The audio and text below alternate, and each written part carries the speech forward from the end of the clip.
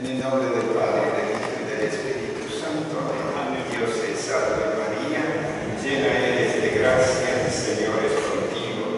Bendita eres entre todas las mujeres y bendito es el fruto de tu vientre, Jesús.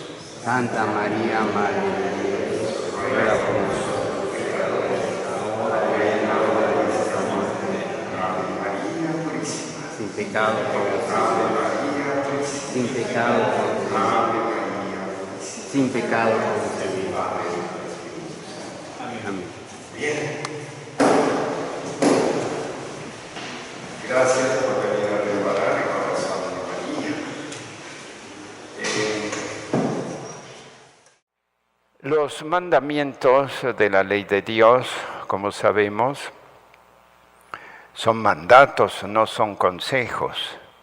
Y son mandamientos, es decir, mandatos que Dios pone a la humanidad conociéndonos quiénes somos, así como una lavadora tiene su manera de ser usada, así nosotros que somos seres amados por Dios, el que nos conoce nos da estas instrucciones de nuestro viaje de existencia para que podamos llegar a la vida eterna, ¿verdad? Entonces, estos mandamientos son importantes. El sexto, que es el mandamiento más difícil en cuanto, no tanto de cumplimiento, tal vez los mandamientos del amor a Dios son los que a veces más faltamos, porque si amásemos a Dios cumpliríamos el resto de los mandamientos, ¿verdad? Porque amando a Dios entendemos que somos hijos y entonces queremos gratificar siempre a nuestro Padre con todo. Desde el cuarto mandamiento, que es honrar padre y madre, los 7 restantes se refieren al prójimo. Y este mandamiento, el sexto, que refiere especialmente a la impureza, que refiere a cómo vivir la castidad, en el fondo, en su aspecto positivo, ¿no? Que el Señor lo va a tomar de alguna manera, porque ya estaba en el Éxodo, dice, no cometerás adulterio, y Él lo toma en el monte de las bienaventuranzas. Habéis oído que se dijo, no cometerás adulterio, pues yo os digo, todo el que mira a una mujer deseándola ya cometió adulterio con ella en su corazón. Es decir, que el Señor lleva lo que prescribió en la ley antigua a mayor perfección. Si debemos evitar el acto mismo, debemos tratar de que en la interioridad de nuestro corazón se mantenga esa presencia de Dios sin ofenderlo en cuanto a nuestros pensamientos, a nuestros deseos, a que todo nuestro corazón esté en orden y disposición a lo que es el reino de los cielos en nuestro corazón. Porque el Señor viene a establecer el reino de los cielos, que no es un mero cumplimiento exterior, aunque tenga que serlo. Nuestro corazón tiene que estar al servicio del reino. Él quiere reinar desde adentro. Y por eso es como más las exigencias más fuertes todavía que nos trae el Señor. Acá el catecismo hace la referencia de que Dios nos creó, ¿no? Nos creó varón y mujer. Son temas que ustedes conocen, ¿no? Y que dijo, creced y multiplicaos.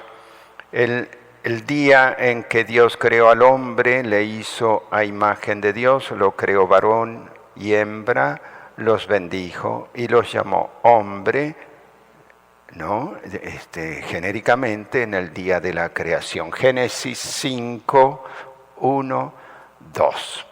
Y refiere entonces, somos criaturas de Dios, Dios que vive en cuanto a su Trinidad de personas en comunión, creó al hombre también para vivir en comunión.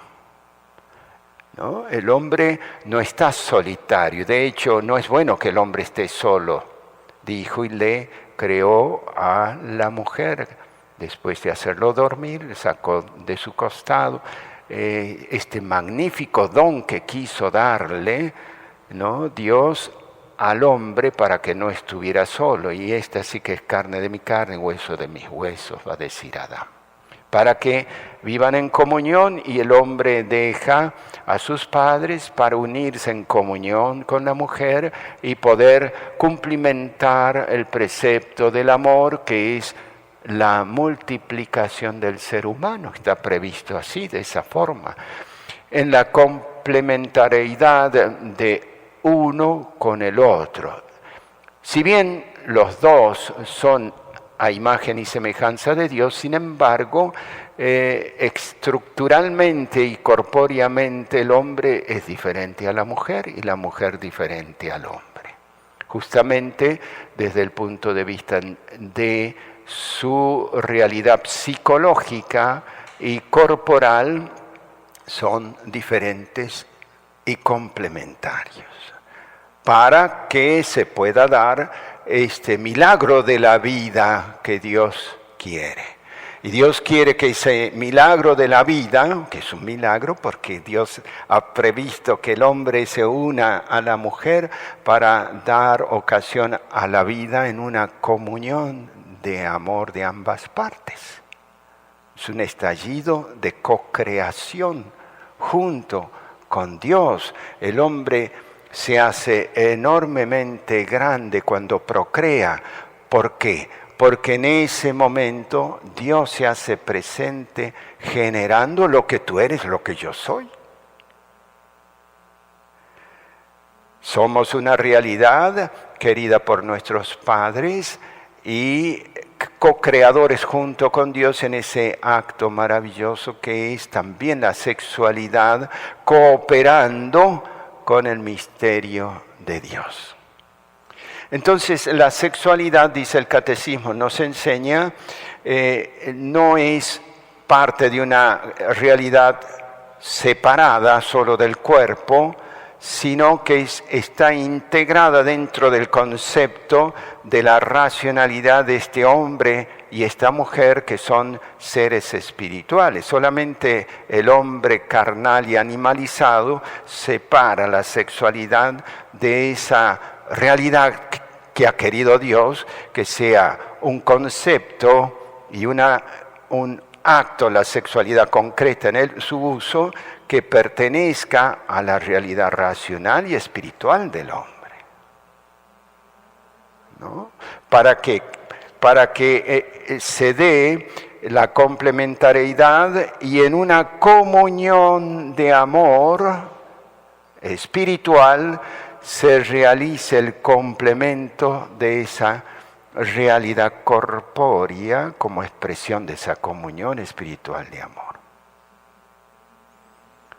Entonces, solamente el hombre carnal y el hombre pecador separa este concepto, ¿no? Lo separa de ese orden, diríamos, que ha querido Dios establecer la sexualidad, y lo considera solamente desde el punto de vista de la lujuria, de la carnalidad, del gozo pasajero, ¿no? Y eso desorienta al hombre porque lo saca de su verdadera integración, lo destruye por dentro, porque acrecienta la realidad carnal desordenada,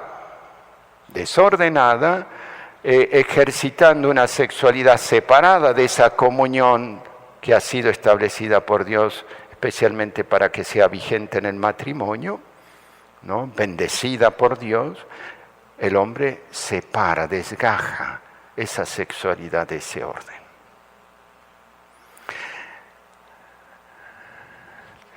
La vocación entonces a la castidad es muy importante para entender esta realidad, dice el catecismo. La castidad significa la integración lograda de la sexualidad en la persona racional. Es decir, no la separación, la integración.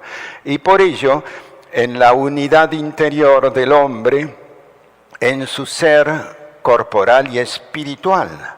La sexualidad en la que se expresa la pertenencia del hombre al mundo corporal y biológico se hace personal, verdaderamente humana, cuando está integrada en la relación de persona a persona, en el don mutuo total y temporalmente ilimitado del hombre y la mujer.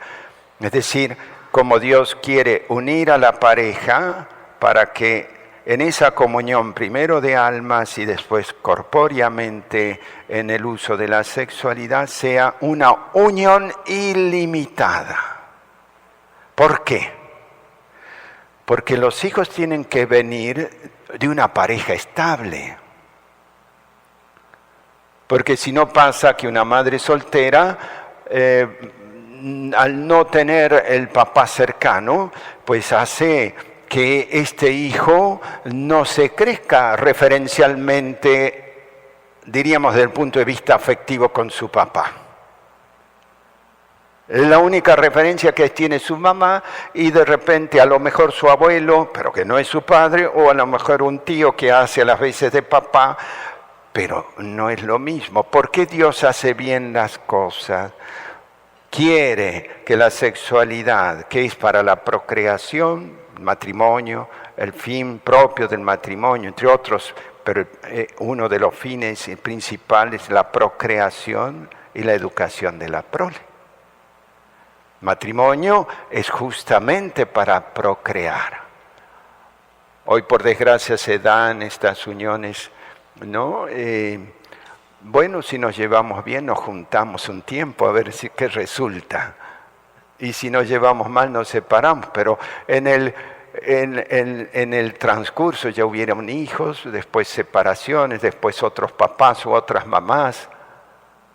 Todo eso produce daño en la psicología, nosotros lo sabemos, especialmente aquellos que atestiguan, y yo tanto recibo ese testimonio de heridas, de no haber tenido un papá estable o una mamá estable. Son profundas heridas que se lleva toda la vida. Entonces, ¿cómo Dios hace bien las cosas que ha previsto el uso de la sexualidad dentro de una pareja que ha recibido la bendición de Dios para que establemente hayan integrado sus vidas en el amor y para que desde allí produzcan la prole y los hijos se encuentren creciendo magníficamente, sanamente, en relación referencial a un papá y en relación referencial a una mamá. Cuando la sexualidad se saca del matrimonio, es una bomba de tiempo, explosiva. ¿Por qué? Porque la mujer pierde la pureza, también el varón, la mujer pierde la virginidad, la mayor,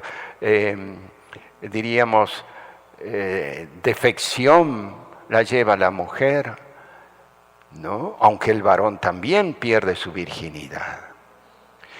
Y no solo eso, sino que como el sexo está separado de la procreación, se evita el hijo, y entonces al evitar el hijo, si llega a quedar embarazada, vienen los terrores y los miedos de tener este hijo, y de repente esos dos que se aman desordenadamente piensan en el aborto. Y entonces esos papás, que ya son papás, se transforman, si lo hacen, en asesinos de su propio hijo. Es algo terrible. Es una bomba de tiempo el sexo separado del matrimonio. ¿Por qué? Es una fuente de pecado, porque es sí una fuente de gratificación placentera de momento, pero nada más que eso, sin compromiso. Y eso es un desorden. Entonces, el catecismo nos enseña que tenemos que vivir la castidad juvenil, la castidad en el noviazgo, la castidad en el matrimonio, para la mujer, para el varón, de tal manera, ya hemos escuchado este texto de San Mateo capítulo 5, donde el varón ya hizo la elección y entonces todo su corazón está para gratificar a su mujer y el de la mujer para gratificar a su varón, ¿no? Y en ese complemento con la asistencia de Dios en oración y con los sacramentos, porque convengamos que es difícil vivir siempre la castidad, ¿no? Entonces, a través de los sacramentos y a través de la oración existe lo que se llama una castidad conyugal del varón luchando para que todo su pensamiento, sus afectos, su mirada, sus gestos, en el trabajo, en la calle, en todo lugar, sea pensando en su mujer, lo mismo de la mujer pensando en el varón. Entonces tenemos una castidad juvenil en el noviazgo, una castidad en el matrimonio y una castidad viudal, es decir, después de que una de las partes muere, el viudo o la viuda, también están obligados a vivir esa castidad. Dice, citando el catecismo a San Ambrosio, en De Viduis, dice: se nos enseña que hay 3 formas de la virtud de la castidad. Una de los esposos, otra de las viudas, la tercera de la virginidad. No alabamos a una con exclusión de las otras. En esto la disciplina de la Iglesia es rica. Entonces, la castidad debe calificar a las personas según los diferentes estados de vida. A unas, dice el catecismo, en la virginidad o en el celibato consagrado, manera eminente de dedicarse más fácilmente a Dios solo con corazón indiviso. A otras, de la manera que determina para ellas la ley moral, según sean casados o célibes. Las personas casadas son llamadas a vivir la castidad conyugal. Las otras practican la castidad de la continencia. Y los novios no se deben dar chances, aunque sean uno para el otro, ya aprendiendo a vivir en lo que se refiere a la pluralidad de personas, ¿no? Tratando de conquistar este nos, ya no el yo, sino nosotros decidimos esto. Dice en el 2350, los novios están llamados a vivir también la castidad en la continencia. En esta prueba han de ver un descubrimiento del mutuo respeto, un aprendizaje de la fidelidad y de la esperanza de recibirse el uno y al otro en Dios o de Dios. Reservarán para el tiempo del matrimonio las manifestaciones de ternura específicas del amor conyugal. Deben ayudarse mutuamente a crecer en la castidad. Pues entonces, esto que pareciera una política china, no es una política china, es digamos, un mandamiento de Dios que pareciera que ha tomado alas de este mundo y se fue de este mundo. Por lo que se refiere al hombre de hoy, yo les comentaba en el decurso del anterior mandamiento que pareciera que nos hemos olvidado del mandamiento de no matar. También nos hemos olvidado de este mandamiento, ¿verdad? Nos hemos olvidado de este mandamiento y a consecuencia de ello vienen los abortos, porque no se quiere la vida. Y esas son las consecuencias de una irresponsabilidad del vivir la sexualidad para los fines que Dios ha determinado.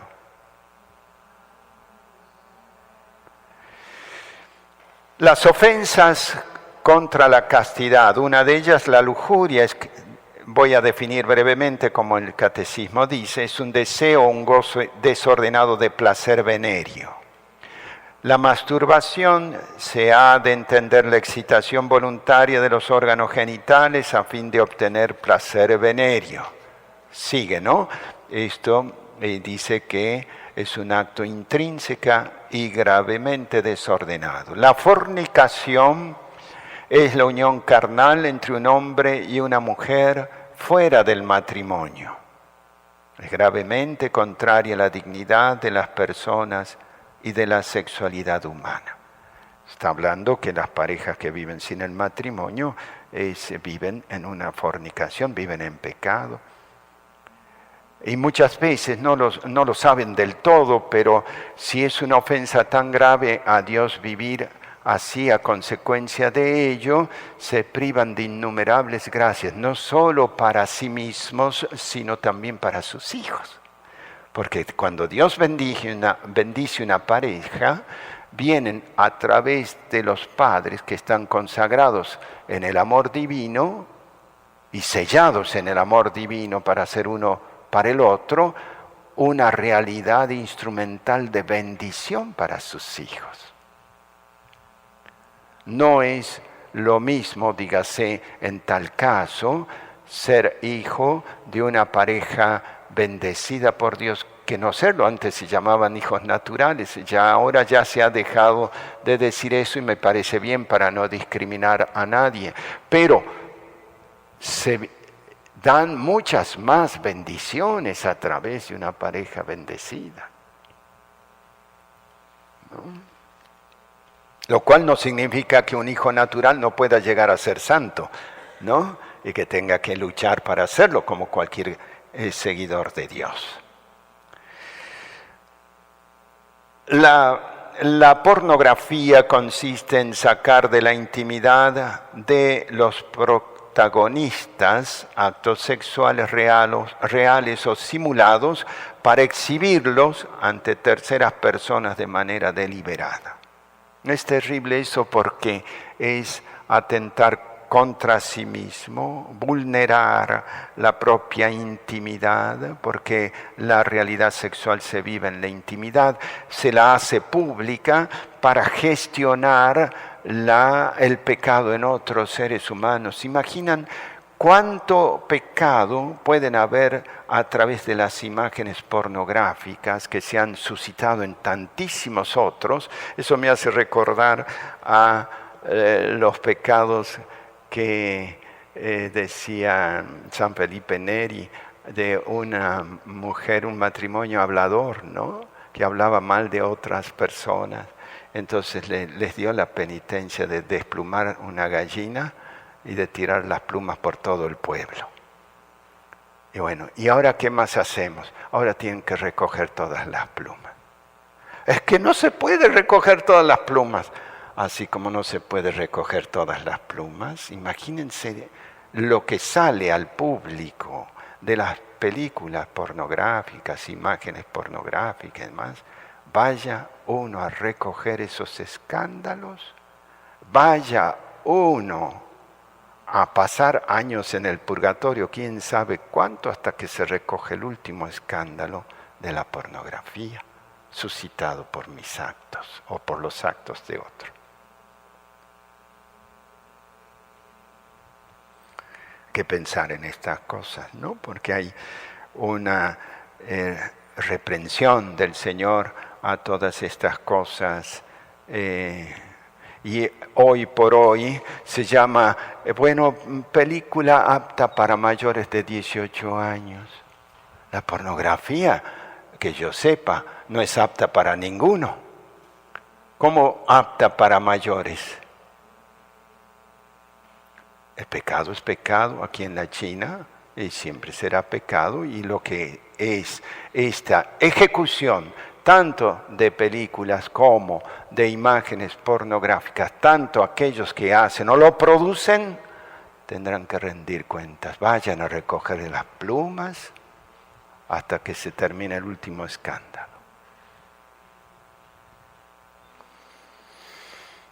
La prostitución atenta contra la dignidad de la persona que se prostituye, puesto que queda reducida al placer venéreo que se saca de ella. El que paga peca gravemente contra sí mismo, quebranta la castidad a la que lo comprometió su bautismo y mancha su cuerpo, templo del Espíritu Santo. La prostitución constituye una lacra social. Me llama la atención cómo, en general, siempre se ha llamado área de tolerancia, ¿verdad? Las áreas de tolerancia donde están las prostitutas y los moteles. En Mérida hay un recinto de prostitución que recorre casi toda la circunvalación de la ciudad. Es un cinturón no de castidad propiamente, que recorre toda la ciudad apretando el pecado a la ciudad. Y los demonios están contentísimos con eso. Yo todas las veces que paso,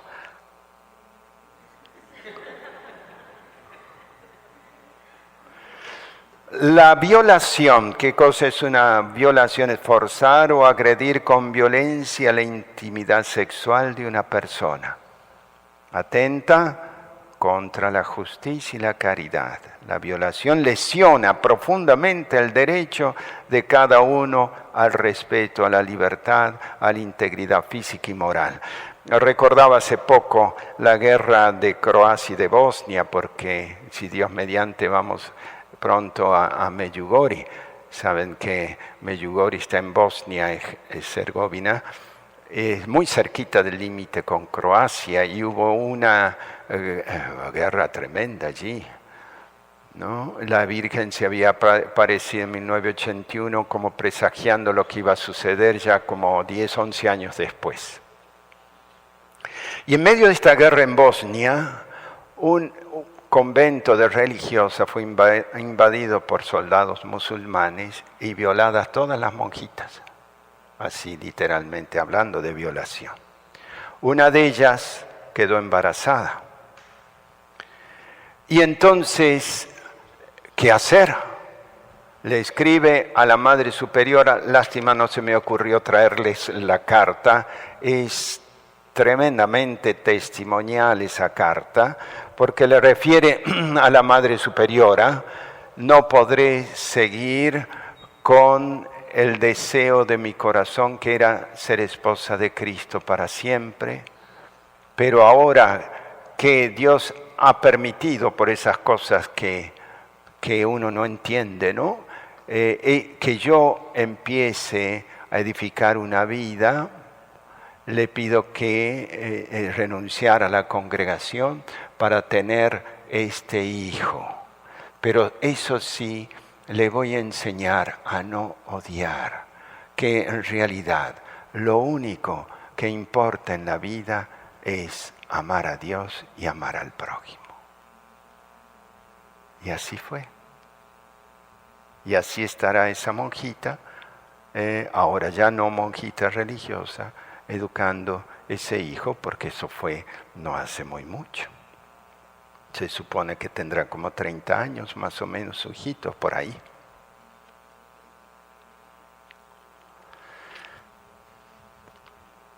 La castidad y homosexualidad. La homosexualidad designa las relaciones entre hombres o mujeres que experimentan una atracción sexual exclusiva y predominante hacia personas del mismo sexo.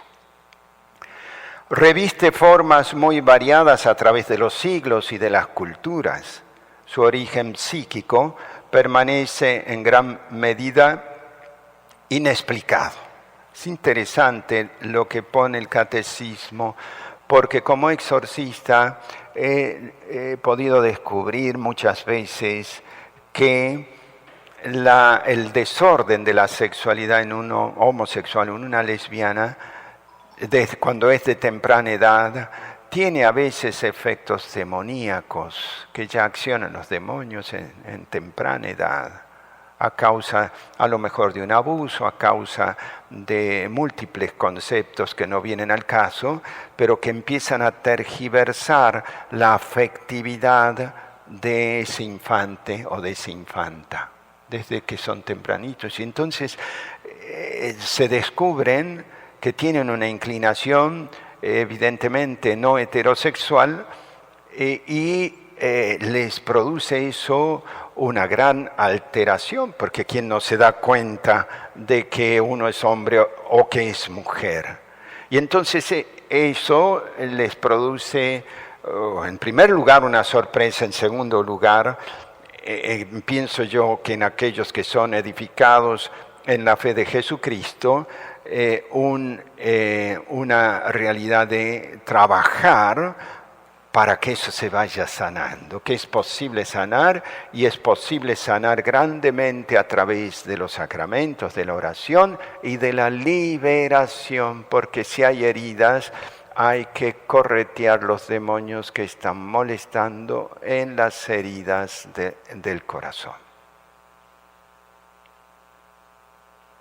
Entonces, digo, este descubrimiento dice acá, de origen psíquico desconocido. Pues sí es verdad que es desconocido, pero podemos empezar a intentar dar razones del por qué un varón no se siente varón, una mujer no se siente mujer. Apoyándose, dice, en la Sagrada Escritura que los presenta como depravaciones graves, la tradición ha declarado siempre que los actos homosexuales son intrínsecamente desordenados. No el sentirse homosexual o sentirse lesbiana, no.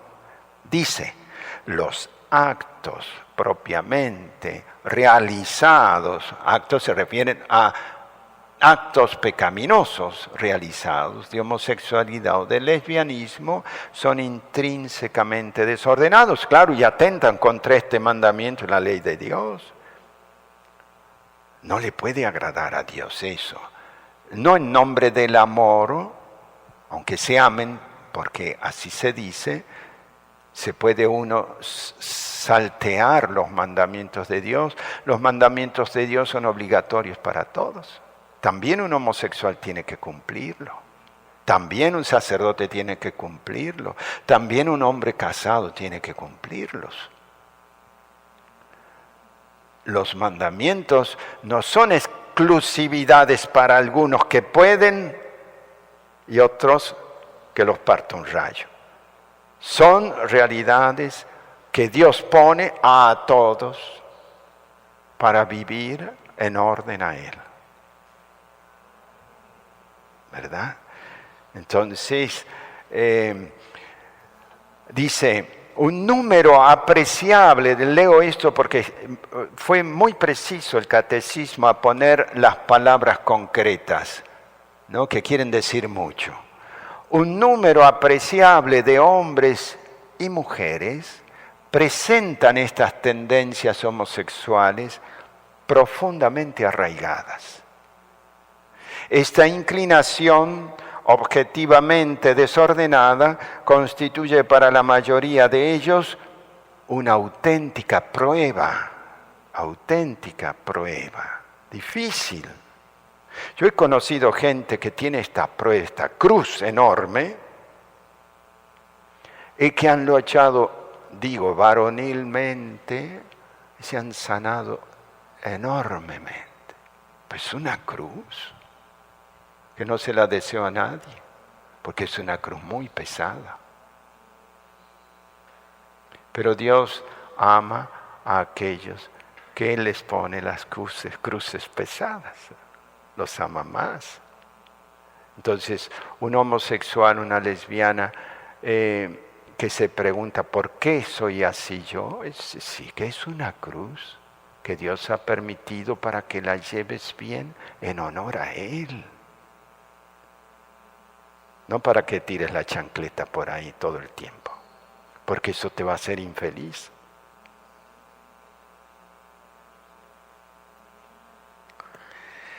Deben ser, dice el catecismo, acogidos con respeto, con compasión y delicadeza. Cuidado con juzgar. Se evitará respecto a ellos todo signo de discriminación injusta.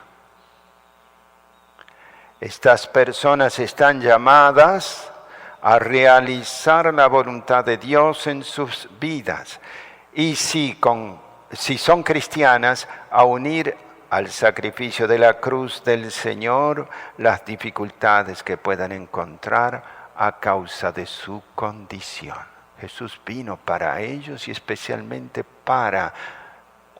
es como una especie de lacra actual, así como existía en la época de nuestro Señor Jesucristo la lepra, y eran discriminados, alejados, y el Señor rompía con esas realidades impuestas por el hombre de la discriminación y sanaba y tocaba a los leprosos, porque vino para todos aquellos que se sienten inútiles, discriminados, pecadores. El Señor vino para ellos.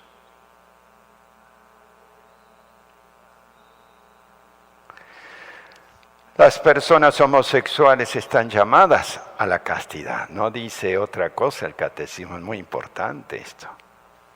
Mediante virtudes de dominio de sí mismo que eduquen la libertad interior y a veces mediante el apoyo de una amistad desinteresada de la oración y la gracia sacramental, pueden y deben acercarse gradual y resueltamente a la perfección cristiana.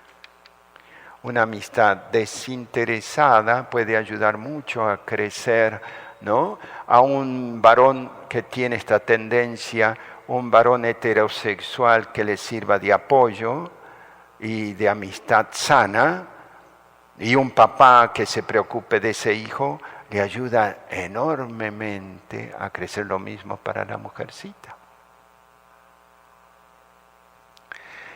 Bueno, como saben, la iglesia que se ocupa de todos también se ocupa de esta pastoral, de atender a los homosexuales, a las lesbianas, porque el corazón de Cristo y la iglesia misma, donde reina el corazón de Cristo, no se desentiende de ninguno de aquellos que padecen lesiones. Y pienso yo que esa iglesia samaritana, ¿no? Debemos aprender todos a ser como samaritanos y salir al encuentro de las llagas de aquellos que las tienen. Bueno, hasta ahí mi primera parte. Vamos a escuchar enseguida al hermano José del Buen Pastor con un ratito de descanso y dejamos aquí esta primera parte del sexto mandamiento. Gracias. Te damos gracias, Señor Dios omnipotente, por estos beneficios por Cristo nuestro Señor.